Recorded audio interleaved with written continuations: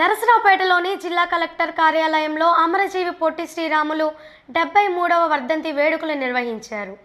జిల్లా collector Kritika Shukla, MLA Chadalavada Aravindababu పొట్టి శ్రీరాముల చిత్రపటానికి పూలమాలలు వేసి నివాళులర్పించారు. అనంతరం శివుడు బొమ్మ సెంటర్లోని పొట్టి శ్రీరాములు, మాజీ ముఖ్యమంత్రి కొంజేటి రోసయ్య విగ్రహాలకు పూలమాలలు వేసి నివాళులర్పించారు.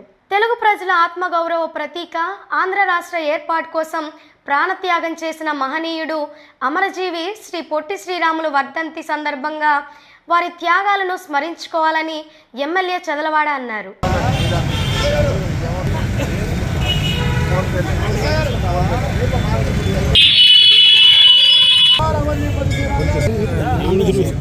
అమరజీవి పొట్టి శ్రీరాములు గారి 73వ వర్ధంతి సందర్భంగా మరి 52 డిసెంబర్ 15 ఆయన పరమపదించారు. మరి ఆంధ్ర రాష్ట్రం కోసం, భాషా ప్రయుక్త రాష్ట్రాల కోసం మరి 58 రోజులు నిరాహార దీక్ష చేసి మరి ఆయన స్వర్గతుల్యయ్యారు.